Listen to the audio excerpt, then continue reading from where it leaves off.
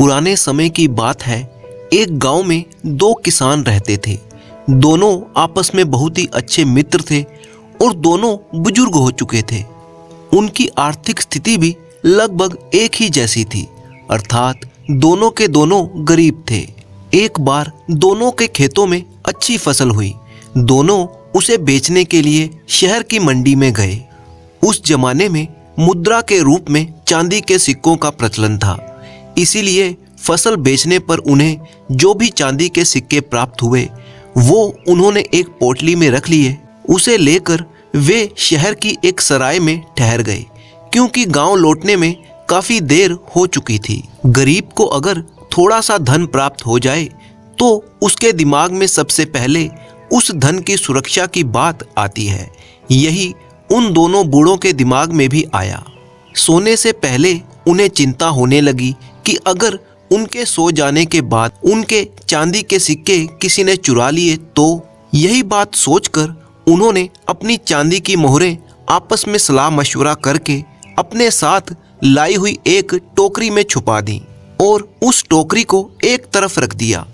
उन्होंने सोचा कि अगर कोई चोर आया भी तो खाने पीने की टोकरी पर ध्यान नहीं देगा। साथ ही चोरों को झांसा देने के लिए उन्होंने अपने गमछों में कुछ पत्थर के टुकड़े बांधकर अपने सिराने रख लिए और सो गए। उन्होंने सोचा था कि चोर सोचेगा कि धन बूढ़ों के सिराने पर रखा हुआ है और उसे ही चोरी करेगा, लेकिन वे दोनों गलत थे। जब वे आपस में सलाह मशवरा कर रहे थे तब उनकी बातें सराय के मालिक और उसकी पत्नी ने सुन ली थी।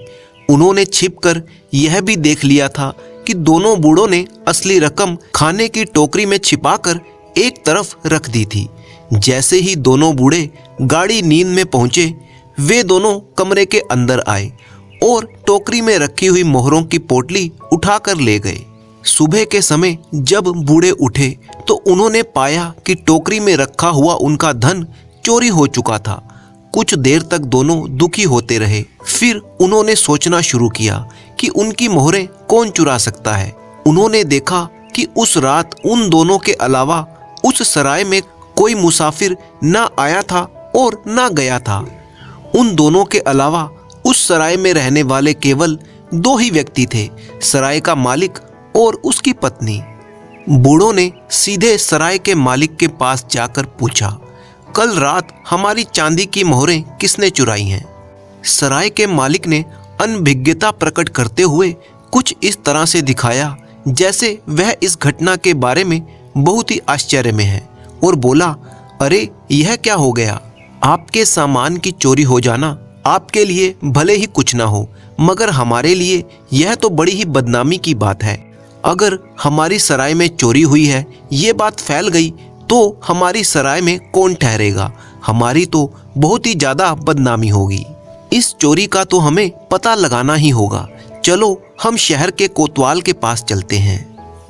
दोनों बूढ़े किसानों को पूरा संदेह था कि सराय के मालिक और उसकी पत्नी ने ही मोहरें चुराई हैं, किंतु पक्का सबूत ना होने के कारण वे स्पष्ट नहीं कह पा रहे थे। खैर, चारों मिलकर शहर के कोतवाल के कार्यालय में पहुंच गए। कोतवाल ने दोनों बूढ़ों की और फिर सराय के मालिक और उसकी पत्नी की बात सुनी। उनकी बातें सुनकर वह किसी नतीजे पर नहीं पहुंच पाया। कोतवाल का एक मित्र था, उसका नाम था फान। फान बहुत ही तीक्ष्ण बुद्धि वाला व्यक्ति था। कोतवाल अक्सर पेचीदा मामलों में उससे सलाह लेता रहता था। इस मामले में भी उसने फान से सलाह लेना मुनासिब समझा। फान ने दोनों बूढ़ों और सराय के मालिक और उसकी पत्नी की बातें सुनी। फिर बोला, आप लोगों के मामले में मेरी समझ में कुछ भी नहीं आ रहा। आपका फैसला तो अब केवल हमारे मंदिर का नगाड़ा ही कर सकता है। नगाड़े की बात सुनकर चारों फरियादियों के साथ साथ कोतवाल भी चकित रह गया। कोतवाल बोला, जो मामला मेरी और तुम्हारी समझ में नहीं आया उसका फैसला भला एक बेजान नगाड़ा कैसे दे सकता है? फान बोला, यह कोई आम नगाड़ा नहीं है, बल्कि देवीय शक्तियों से युक्त नगाड़ा है। इनमें से जो भी सच बोल रहा होगा उसकी फरियाद सुनकर नगाड़ा अपने आप बजने लगेगा, जबकि झूठ बोलने वाले के सामने नगाड़ा नहीं बजेगा। कोतवाल को नगाड़े वाली बात बिल्कुल भी समझ में नहीं आई, परंतु फिर भी क्योंकि फान उसका मित्र था और उसे फान पर पूरा विश्वास था, इसीलिए उसने फान को इजाजत दे दी। फान ने सबसे पहले दोनों बूढ़ों से कहा कि वे कल सुबह मंदिर से अपने कंधों पर नगाड़े को उठाकर कोतवाल के दफ्तर तक ले आए। मरते क्या ना करते बेचारे दोनों बूढ़े अगली सुबह मंदिर पहुंचे और अपने कंधों पर नगाड़े को उठाकर ले जाने लगे। नगाड़ा आकार में बहुत ही बड़ा था और बहुत ही ज्यादा भारी भी था। उसे कंधों पर उठाकर वे आधे रास्ते में ही बुरी तरह से थक गए थे। आधे रास्ते पहुंचकर उन्होंने नगाड़े को जमीन में रख दिया और आपस में बातें करने लगे। एक बूढ़ा बोला, हमारे पैसे तो गए ही, ऊपर से इस नगाड़े को ढोने की आफत और आन पड़ी है। दूसरा बूढ़ा बोला, सच कहते हो भैया, ना जाने कौन सी घड़ी में हम अपनी फसल बेचने निकले थे। मुझे तो समझ में नहीं आ रहा कि अब घर वालों को जाकर क्या जवाब दूंगा। पता नहीं कौन कमबख्त हमारी पूरी कमाई लेकर चला गया। पहले वाला बूढ़ा बोला, मुझसे तो अब और ढोया नहीं जाता। मैं कोतवाल को यहीं पर बुलाकर ले आता हूँ। उससे कहता हूँ कि नगाड़े से जो पूछना है यहीं पर पूछ ले। इतना कहकर वह कोतवाल को बुलाने के लिए चला गया। कोतवाल ने आकर नगाड़े से पूछा, बता नगाड़े, ये दोनों बूढ़े सच्चे हैं या झूठे?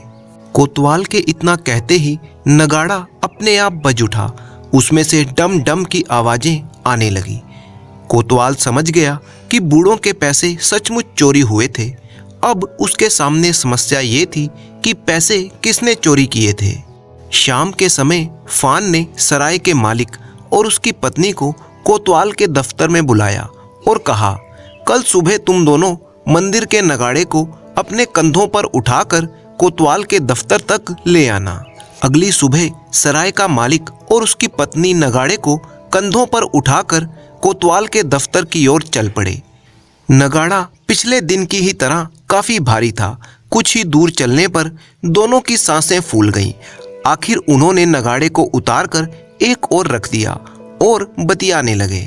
सराय का मालिक बोला, हमने बूढ़ों के पैसे चुराकर सचमुच गलती की है। अब यह नगाड़ा हमारी सारी पोल खोल देगा। पत्नी बोली, क्यों ना हम इस नगाड़े को ही फोड़ दें, फिर हम कोतवाल से कह सकते हैं कि फूटा हुआ नगाड़ा हमारे सच की गवाही देने के लिए आखिर कैसे बजेगा।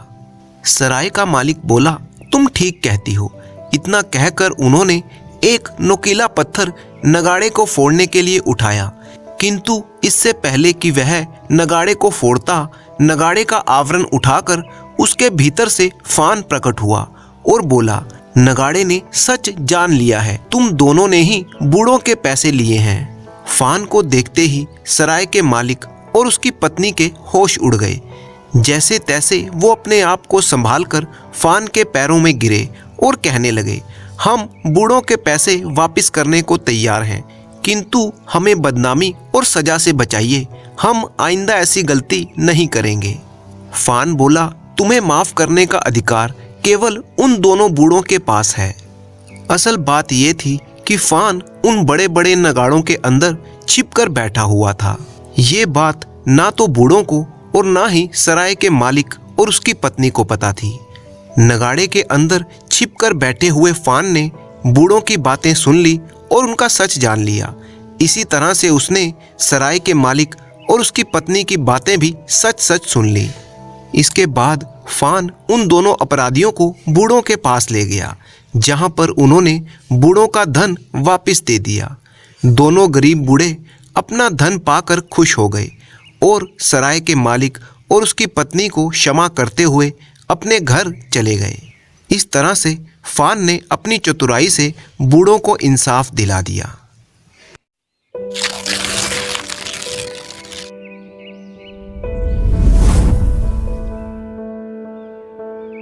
वीर के माता पिता उसके बचपन में ही गुजर गए थे। उसकी दादी जानकी ने उसे बड़े ही लाड प्यार से पाला पोसा। दादी की तीव्र इच्छा थी कि उसका पोता दिवंगत पति की तरह शूरवीर बने, इसीलिए उसने उसका नाम वीर रखा था। परंतु ऐसा हो ना पाया, क्योंकि वीर बचपन से ही बहुत कमजोर था। और वह बहुत ही डरपोक भी था। वह बिल्ली को देखकर डर के मारे चिल्ला पड़ता, चूहे को देखता तो दूर भाग जाता और घर के किसी कोने में अगर उसे कोई कीड़ा मकोड़ा दिखाई दे जाता तो वह जोर जोर से रोने लगता। दादी जानकी उसे बड़े प्यार से खिलाती थी, परंतु फिर भी वह सिलाई की तरह बिल्कुल पतला दिखाई देता था। लगता था जैसे जोर से हवा चलने पर वह उड़ भी जाएगा। वीर अब एक जवान युवक बन चुका था।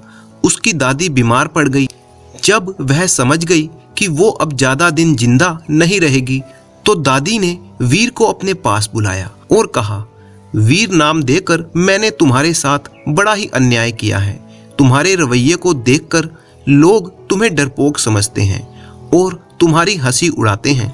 मैं चाहती हूँ कि जीवन में कम से कम एक बार ही सही कोई बहादुरी भरा काम जरूर करो, जिससे कि सब लोग तुम्हारी प्रशंसा करें।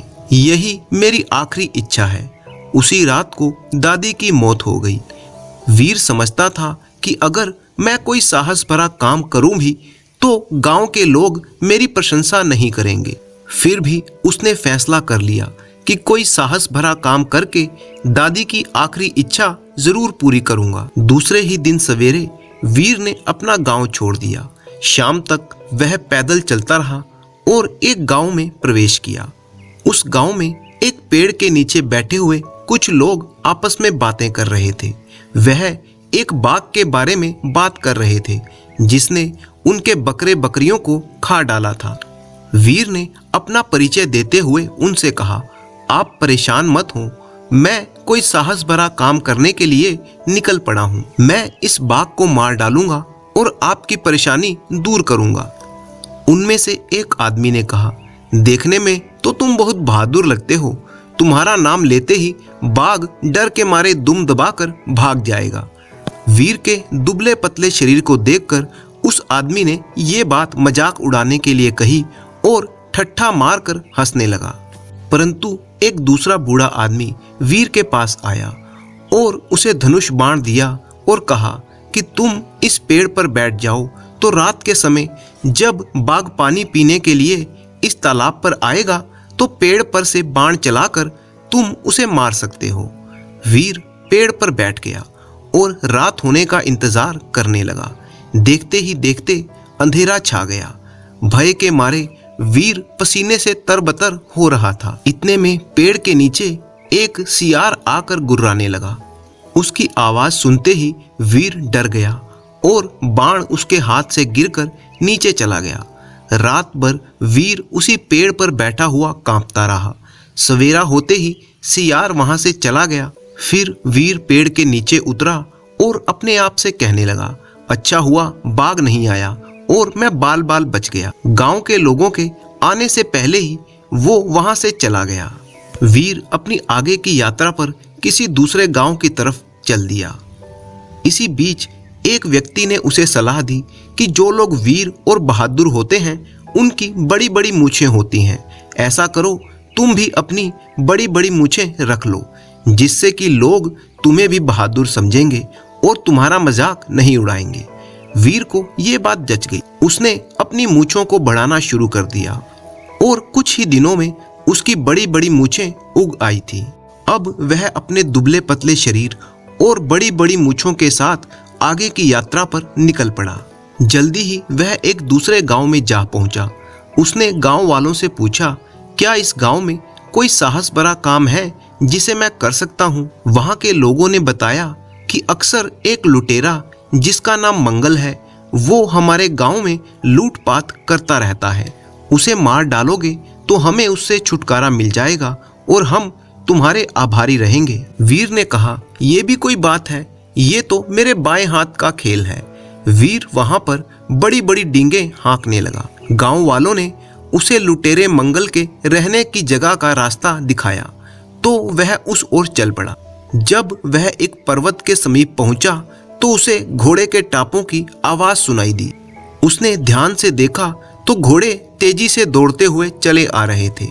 उन घोड़ों पर बैठे हुए घुड़सवार बड़े ही भयानक प्रतीत होते थे। वह वहां से भागना चाहता था, परंतु डर के मारे वह हिल भी नहीं पाया और पत्थर की तरह वहीं पर खड़ा रह गया। कौन हो तुम? रास्ते के बीच में खड़े होने की तुमने जुर्रत कैसे की? ये कहते हुए लुटेरों ने उसे घेर लिया। लुटेरों के सरदार मंगल ने तुरंत अपनी तलवार निकाली और उसके गले पर रखते हुए गरज कर कहा, हमारे रहने की जगह जानने आए हो? बोलो किसने तुम्हें भेजा है? मंगल का चेहरा बहुत ही भयानक था। उसकी भयानकता देखकर वीर की कुछ भी बोलने की हिम्मत नहीं हुई। उसने मुंह खोलने की बहुत ही कोशिश की, परंतु वह बंद ही रहा।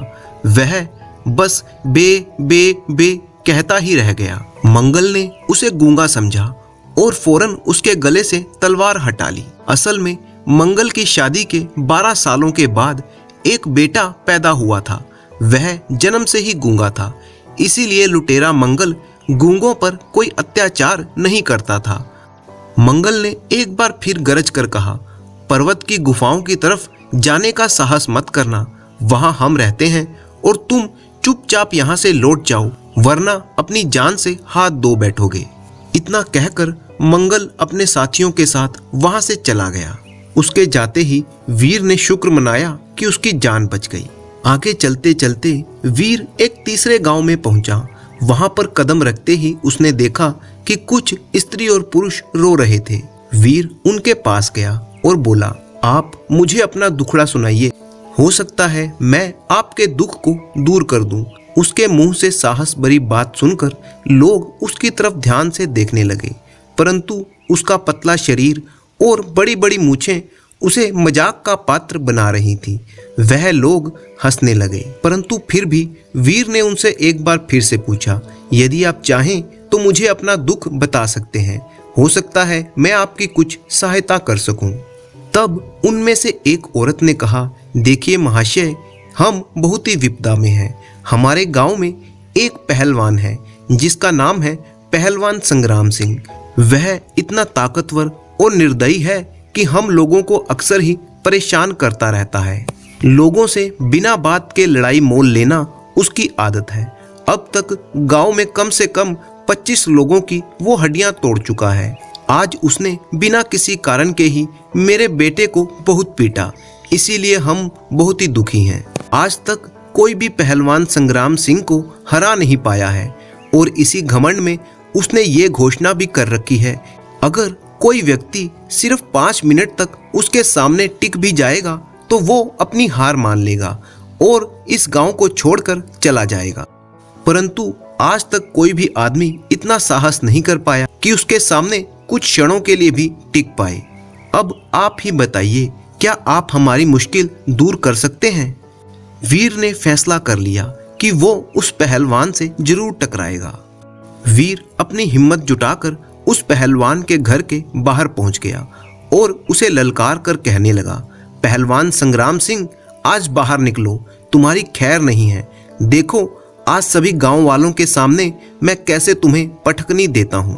पहलवान संग्राम सिंह, जो कि लंबा चौड़ा आदमी था, वह अपने घर से बाहर निकला और जब उसने चुनौती देने वाले आदमी को यानी वीर को देखा तो उसकी हंसी छूट गई कि मुझ जैसे लंबे चौड़े और ताकतवर आदमी को जो चुनौती देने आया है वो एकदम दुबला पतला और संकरा है, जबकि उसकी मूछें इतनी बड़ी बड़ी हैं।